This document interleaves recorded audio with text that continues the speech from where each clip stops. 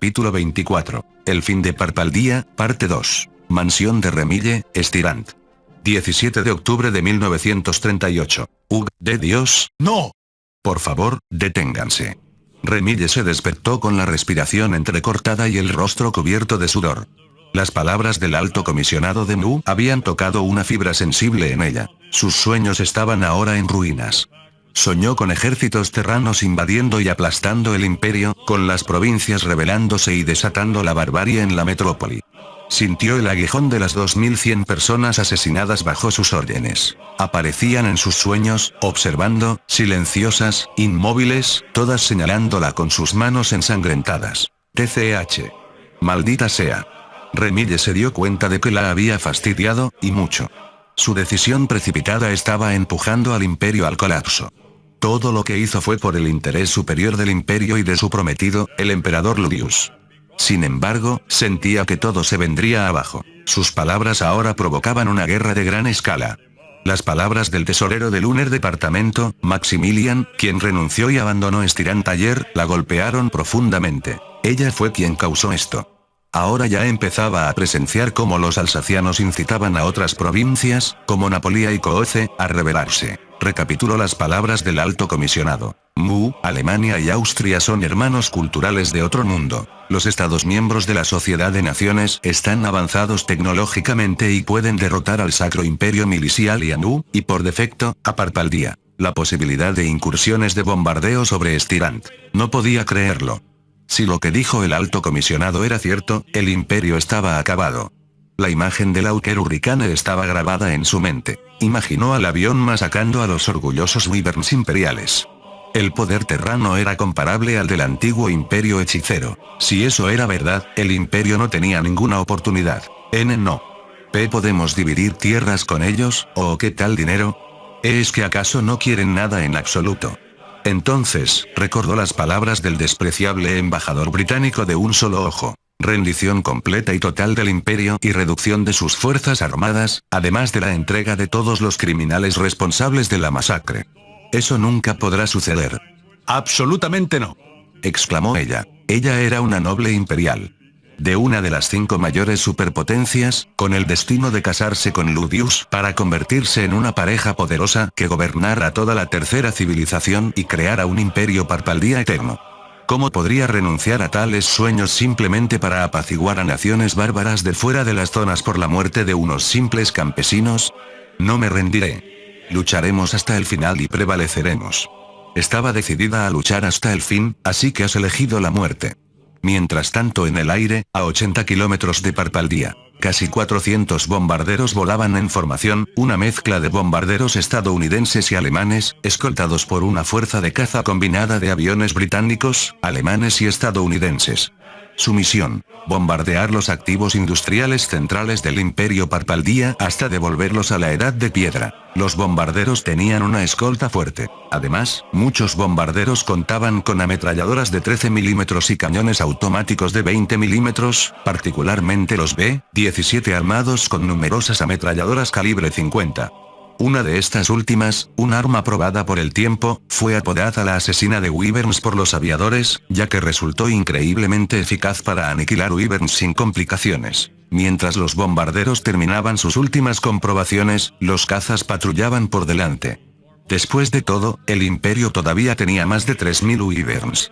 Los pilotos vieron el hermoso cielo sobre el continente imperial, infinito y fascinante. Habrían deseado verlo en tiempos de paz, pero las circunstancias eran otras. Las naciones de Estados Unidos, el Reino Unido y Alemania se habían lanzado con todo contra el imperio, el cual colapsaría pronto bajo su propia arrogancia y soberbia. Las invasiones aliadas simplemente aceleraron el proceso. Palacio Imperial, Estirant. El jefe del primer departamento, Elto, informaba al emperador sobre los desarrollos recientes mediante un informe. A partir de la reunión con el alto comisionado de Mu, junto con otras evidencias que reunimos, concluimos que Mu no tuvo parte en el armamento de los terranos con armas modernas. De hecho, confirmamos que los terranos poseen la capacidad de producir sus propias aeronaves, y más avanzadas.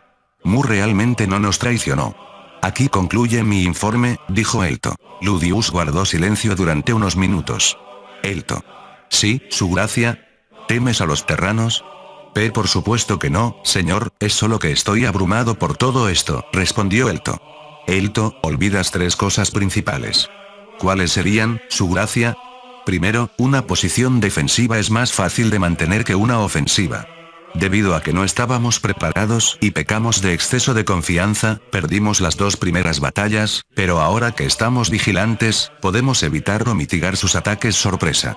Después de todo, no pueden ganar cada batalla. Estás muy equivocado, Ludius. Por supuesto, su gracia. Segundo, los miembros de la Sociedad de Naciones gastan, en promedio, menos del 10% de su economía en sus ejércitos, a diferencia de nosotros, que dedicamos casi el 35% de nuestro gasto a mantener el ejército y la marina más grandes de la zona de la tercera civilización. Incluso si usaran armas de alta calidad, su gasto inferior no les permite usarlas eficazmente. Por lo tanto, han agotado esas armas en las últimas dos batallas. Colapsarán cuando destruyamos todas sus armas en una sola batalla o capturemos algunas de ellas para reproducirlas nosotros mismos. Ludius, parece que tú también te has vuelto un retrasado. ¡Qué razonamiento tan sólido, su gracia! Tercero, es nuestro destino ganar. Por la gracia de Dios, ganaremos. Su marina puede ser fuerte, lo que significa que su ejército y fuerzas terrestres son basura. En marcado contraste, nuestro ejército está formado por veteranos curtidos en 1000 batallas, que se orinarán en los pantalones y llorarán por su mami cuando vean tanques y estucas. Incluso si derrotan a la flota que enviamos a Altaras, nunca podrán vencer a nuestro ejército. Dijo Ludius, con la estupidez que lo caracterizaba. Su sabiduría es simplemente inigualable, su gracia. Dijo Elto. No, simplemente estoy usando mi educación de Mu y del Me. Si no hubiera pasado mi juventud allí, nunca habríamos podido construir el acorazado Dios IV en los próximos 20 años. Eso seguramente puede aplastar cualquier acorazado de los terranos. Está confirmado, Ludius es un idiota. Seguramente tienen barcos avanzados si pueden desarrollar aviones. Seguramente venceremos a los terranos con esta arma maravillosa. En realidad, a Ludius le habían mentido. Los terranos no estaban 20 años por delante del imperio. No, estaban más de 70 años más avanzados que ese imperio de pacotilla. Su cerebro de mosquito era incapaz de comprender el hecho de que el imperio marchaba hacia su perdición. Puerto sur de Estirant, base naval de defensa de la capital imperial. En la base naval, las cosas estaban inusualmente tranquilas. Todo parecía casi normal. Pero había un barco de gran tamaño, escoltado por 10 acorazados Dios III hacia el puerto principal. Ese barco era muy diferente a cualquier cosa que Parpaldía hubiera tenido antes, pues era el nuevo acorazado Predreadnought clase Dios IV. Tenía un fuerte parecido con los Predreadnoughts alemanes de la clase Brandenburg. Parecía que aplastaría a las armadas de los terranos por sí solo, pesando más de 10.000 toneladas. Se planeaba construir más de 10 con la ayuda de Mu. Más de 6 se estaban construyendo en Duro, otros 2 en el astillero de la antigua Caledonia y otros 2 en los astilleros orientales. Estaba armado con 4 cañones de 11 pulgadas, montados en 2 torretas, junto con 6 cañones de 5 pulgadas montados en casamatas y varios cañones de 4,1 pulgadas montados en cubierta, acoplados con varias ametralladoras anti-Wyvern y 4 tubos lanzatorpedos de 45 centímetros. Distrito del Centro, Estirant, Imperio Parpaldía. 17 de octubre de 1938. Caios y Arde se reunieron en un lugar secreto, un café tranquilo en el centro. Mientras caminaban por la calle, sus mentes estaban estresadas. Los eventos recientes los preocupaban a ambos, ya que no había estallado ninguna emergencia en el primer departamento, ni existía un reconocimiento oficial de la superioridad de los terranos, cuyos poderes nacionales individuales por sí solos dejaban pequeña a Parpaldía. Especialmente el hecho de que poseían un poder mayor que el de las superpotencias. Esto significaba solo una cosa: Remilla y Ludius planeaban la guerra. Maldita sea. A este ritmo, Parpaldía será destruida. Todo por culpa de esa perra retrasada y ese don nadie de Ludius. Arre. Debemos hacer algo. Dijo Caios. No, los aliados aún no están aquí para respaldarnos si damos un golpe de estado. Daremos el golpe una vez que el Mi-6 británico nos dé luz verde. Solo puedo esperar que el imperio sufra una derrota rápida en lugar de una batalla sangrienta prolongada que le cueste caro. Ahora debemos volver a casa, no sea que nos descubran esos canallas de la policía secreta imperial, respondió Arde. Sí, lo entiendo, deberíamos continuar con esto bajo cuerda hasta que... Caios fue interrumpido por un sonido. ¿Oíste eso?, preguntó Caios. Ambos hombres escucharon el estruendo distante de motores proveniente del aire. Así que ha comenzado, dijo Arde. Debemos correr a refugiarnos, exclamó Caios, sobre los cielos de Estirant. 17 de octubre de 1938, 12:37 p.m. Al ver la enorme formación de bombarderos, las fuerzas de defensa imperiales entraron en pánico, casi congeladas sin poder hacer nada, pero lograron movilizar 300 Wyverns, incluyendo 120 Wyvern Overlords para interceptar las formaciones a menos de 4 kilómetros de la ciudad. Los ciudadanos coreaban con alegría, esperando que los veteranos del cuerpo de Wyverns destruyeran esas naves diabólicas para siempre, hasta que... Ratatatatatatatata. Cientos de ametralladoras calibre 50 y cañones de 20 milímetros abrieron fuego, junto con las escoltas de caza de Alemania, Gran Bretaña y Estados Unidos que se unieron a la refriega. Los hurricanes británicos y los Bf-109 alemanes, acompañados por los Curtiss P-40 Warhawks estadounidenses, masacraron a los Wyverns en masa. A medida que los Wyverns se acercaban a las criaturas de hierro, más y más caían muertos. Varios Wyverns quedaron atrapados en el fuego cruzado entre las ametralladoras de los bombarderos y los cazas. 80 Wyverns fueron abatidos en pocos minutos, y la cifra siguió subiendo. Literalmente llovieron entrañas, cadáveres y sangre de Wyvern sobre los espectadores de abajo. Entonces, los bombarderos llegaron a sus objetivos y abrieron sus bodegas de carga. Más de 900 toneladas de bombas cayeron sobre Estirant ese día, una cantidad enorme considerando que era la etapa inicial de una campaña. Una vez que impactaron los objetivos, sus explosiones fueron mortales. Edificios principales y sitios industriales fueron destruidos. Antes del ataque, había más de 114 fábricas textiles en Estirant. Solo 21 sobrevivieron a la campaña de bombardeo, y el resto fue destruido por completo o quedó fuera de servicio. Las bombas también provocaron explosiones en las fábricas de municiones. Docenas de bombas sin explotar aún ensuciaban la ciudad. Dado que los funcionarios parpaldianos y los equipos de emergencia nunca tuvieron el conocimiento ni el entrenamiento adecuado para manejar y desactivar una bomba, murió aún más gente, en su mayoría civiles, ya que se reunían en grandes multitudes alrededor de las bombas cuando los oficiales intentaban desactivarlas, lo que involuntariamente las hacía estallar. La devastación total sacudió la capital durante días. Entre 25.000 y 54.000 personas murieron por las explosiones y las consecuencias posteriores, y otras 147.000 resultaron heridas o lesionadas. La campaña de bombardeo continuó brevemente por solo 7 días, entre el 17 y el 24 de octubre, pero fue letal. Ciudades como Duro y Parneus tampoco se salvaron. Miles de kilómetros de vías férreas fueron destruidos, las comunicaciones quedaron inhabilitadas, los astilleros devastados, millones quedaron sin hogar y los graneros fueron destruidos.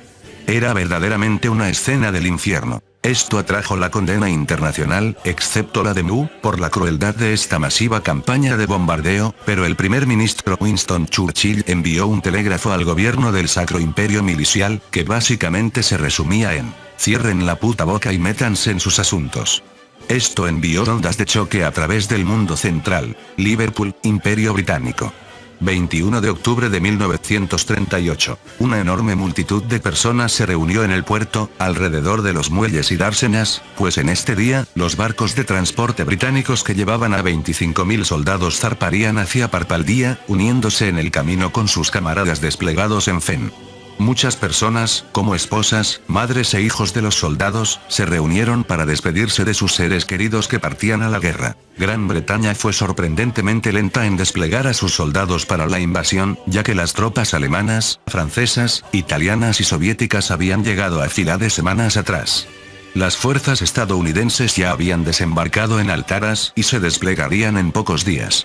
Pero tras algunas discusiones en el mando, finalmente dieron luz verde para partir. La Fuerza de Tarea F, una nueva fuerza temporal, fue creada para la invasión de Parpaldía. Consistía en los portaaviones HMS Eagle y HMS Glorious, junto con los acorazados HMS Malaya, HMS Resolution y HMS Nelson, además de algunos cruceros pesados clase Town, varios cruceros ligeros clase C y clase Aretusa y muchos destructores que comenzaron su partida pocas horas antes. Ellos son el puño de hierro del Imperio Británico para masacrar a la Armada Imperial en la próxima batalla de Estirant, junto con los alemanes. La coalición multinacional desatará una guerra nunca antes vista en este mundo. Base aérea alemana, Altaras. Pocos días después, desde la capitulación del ejército imperial, las fuerzas de Estados Unidos y Alemania habían requisado muchas bases de Wyverns imperiales y las habían convertido en aeródromos temporales. Ideada por el Reichsmarschall Hermann Göring, la Operación Tigre involucró aviones Ju-52 y muchos planeadores de FS-230 para llevarla a cabo. Más de 8.000 paracaidistas fueron reunidos para esta gran operación transportada por casi 100 aviones. El asalto será liderado por el mayor general Kurt Kronenberg. Uno por uno, los Ju-52 y los planeadores despegaron, dirigiéndose hacia el continente imperial. Serán un ataque sorpresa masivo. Rommel y Manstein ya llegaron al continente el 25 de octubre y comenzaron su avance implacable desde Alsacia. Las fuerzas franco-italianas obtuvieron ganancias masivas junto con el desembarco anfibio holandés a 85 kilómetros de Duro. Parpaldía sintió la presión. Los paracaidistas arruinarán los planes de defensa imperiales al tomar el cuartel general de las Fuerzas Armadas e invadir directamente Imperio Parpaldía, mares del sur frente a la costa de Estirant. 28 de octubre de 1938. La flota germano-británica finalmente se encontró la noche anterior. El HMS Nelson y el SMS Bismarck, el mismo Bismarck que devastó a los Lourianos, había llegado. La Fuerza F británica y la Fuerza de Taraora, con un total de más de 65 barcos, comenzarán la batalla naval más grande en la historia de Filades, sin incluir la batalla de Rodenius.